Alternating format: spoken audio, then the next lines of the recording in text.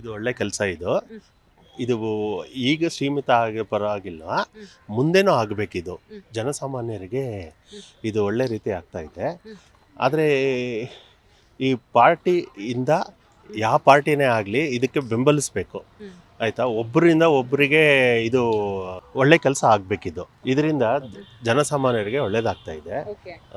Sir, ಮೊದಲು ಹೇಗಿತ್ತು city, ಈಗ ಹೇಗಾಗಿದೆ? ಯಾಕಂದ್ರೆ ಫುಟ್ಪಾತ್ ತರ ಅಲ್ಲಿಗೆ ಅಂದ್ರೆ ಈಗ ಮಾಡ್ತಾರೆ 1 ತಿಂಗಳು, ಅದಾದ್ಮೇಲೆ ಹಾಗೆ ನಿಲ್ಸೋದು, ಆ ಕೆಲಸ ಆಗ್ಬಾರ್ದಲ್ವಾ ಸರ್? ಏನ್ ಹೇಳ್ತೀರಾ? ಇದು ಯಾವುದೇ ಸರ್ಕಾರ ಆದ್ರೂ ಇದು ಮುಂದುವರ್ಸ್ಕೊಂಡು ಹೋಗ್ಬೇಕಿದು. ಈಗ ಮಾಡ್ತಾ ಇರೋದು ಒಳ್ಳೆ ಕೆಲಸ. ಇದು ಕೃಷ್ಣ ಬೈರೇಗೌಡರು ಒಳ್ಳೆ ಕೆಲಸ ಮಾಡ್ತಾ ಇದ್ದಾರೆ ಜನಸಾಮಾನ್ಯರಿಗೆ. ಇದು ಇದು ಹೀಗೆ ಮುಂದುವರಿಸಲಿ ಅಂದ್ಬಿಟ್ಟು ನನ್ನ. ಸರ್, ನೀವು ಸಿಟಿಯಲ್ಲಿ ನೋಡೋದಾದ್ರೆ ಎಲ್ಲೆಲ್ಲ ಫುಟ್ಪಾತ್ ಮೇಲೆ ಜಾಸ್ತಿ ವ್ಯಾಪಾರ ಮಾಡ್ತಾ ಇದ್ದಾರೆ? ಮಾರ್ಕೆಟು, KR ಮಾರ್ಕೆಟು, ಶಿವಾಜಿನಗರ,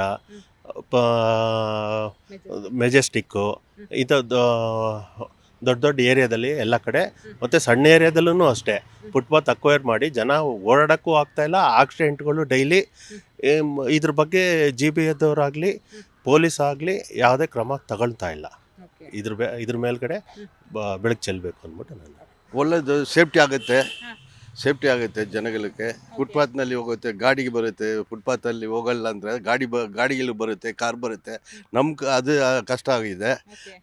ಅದು ಫಸ್ಟ್ ಅದು ನೆಕ್ಸ್ಟ್ ಸೇಫ್ಟಿ. ಫುಟ್ಪಾತಲ್ಲಿ ಹೋದರೆ ಸೇಫ್ಟಿ. ಸರ್, ಈಗ ಎಷ್ಟು ವರ್ಷದಿಂದ ಸಿಟಿಯಲ್ಲಿ ಇದ್ದೀರಾ? ಈ ಹಿಂದೆ ಹೇಗಿತ್ತು, ಈಗ ಹೇಗಿದೆ ಫುಟ್ಪಾತ್?